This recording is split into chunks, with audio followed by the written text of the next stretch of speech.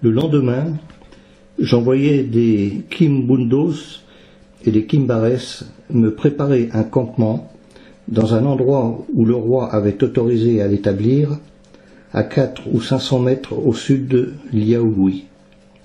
Vers 10 heures, j'allai chez Lobossi.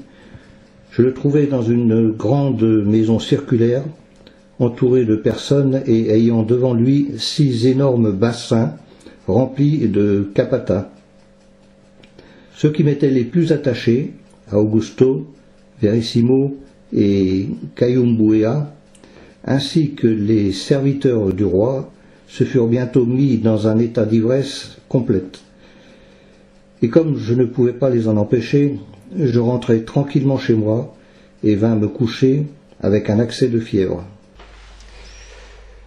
Le lendemain matin, il était 10 heures quand Lobossi me fit prier de comparaître devant le Grand Conseil qu'il avait convoqué expressément pour examiner mes projets. Gambella, qui cette fois présidait encore, s'efforça de me mettre en contradiction avec moi-même, mais il n'y réussit pas mieux qu'auparavant. Je dessinai sur le terrain le cours du Zambézi et vers l'est le cours parallèle de la Loengue, qui vient s'y jeter au-dessus des rapides de Kariba sous le nom de Kolukoué. Je leur démontrai qu'en une quinzaine de jours, je pourrais arriver au village de Kainko, situé sur une île de la Loungue, et descendre en bateau cette rivière jusqu'au Zambézi, qui me conduirait au Zumbo. J'affirmais que la Loengue n'avait pas de cataracte et que de Kariba au Zumbo, le Zambézi était parfaitement navigable. L'assistance fut très étonnée de mon érudition.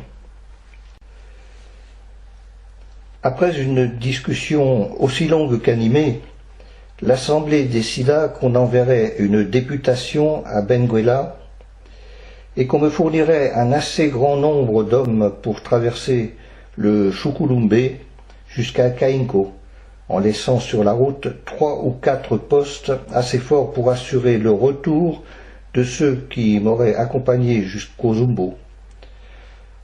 On se sépara au milieu de démonstrations enthousiastes. De plus, on choisit immédiatement sur place les chefs qui devaient se rendre à Benguela et ceux qui devaient m'escorter. Je rentrai avec un tel accès de fièvre que j'en perdis connaissance jusqu'à 6 heures de la matinée suivante, où je revins un peu à moi.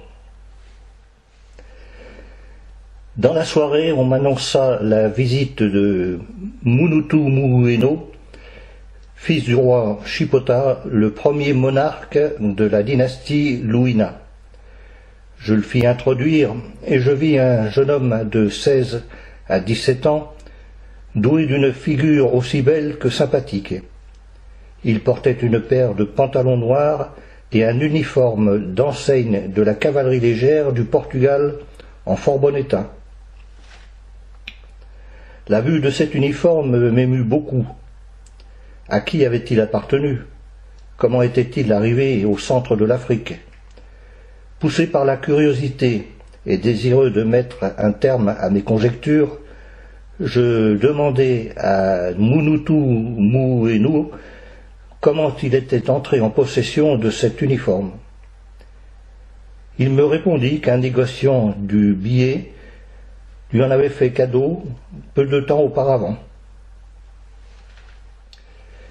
Je lui demandai encore s'il n'avait rien trouvé dans les poches. Il n'y avait pas de poche, répliqua-t-il. Pas de poche, m'étonnai-je. Quoi? Pas de poche dans un vêtement d'officier? C'est impossible.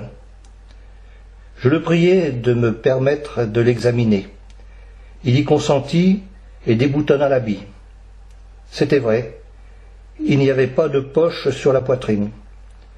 Je fis tourner mon homme et, en examinant les pans, j'y trouvai, à son grand étonnement, ce que je cherchais et, Fouillant dans l'une des poches, j'en retirai un tout petit bout de papier.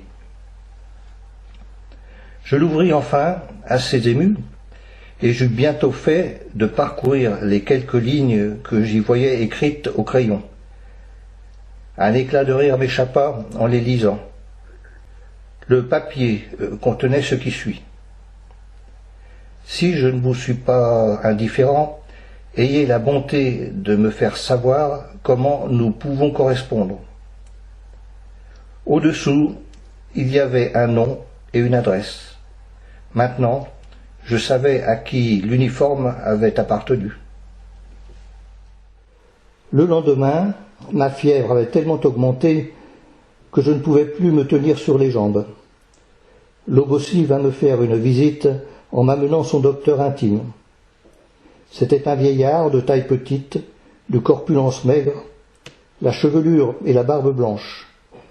Il tira d'abord de son sein un cordon auquel étaient enfilés des moitiés de noyaux ouverts d'un fruit qui m'était inconnu.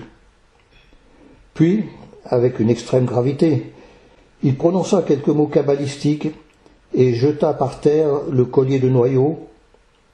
Quelques-uns tombèrent, ayant la partie intérieure en l'air, les autres en sens inverse. Il examina avec soin les proportions qu'ils occupaient et en vint à conclure que j'étais possédé par les âmes de mes parents défunts. Je devais en conséquence lui remettre quelque chose afin qu'il pût les exorciser.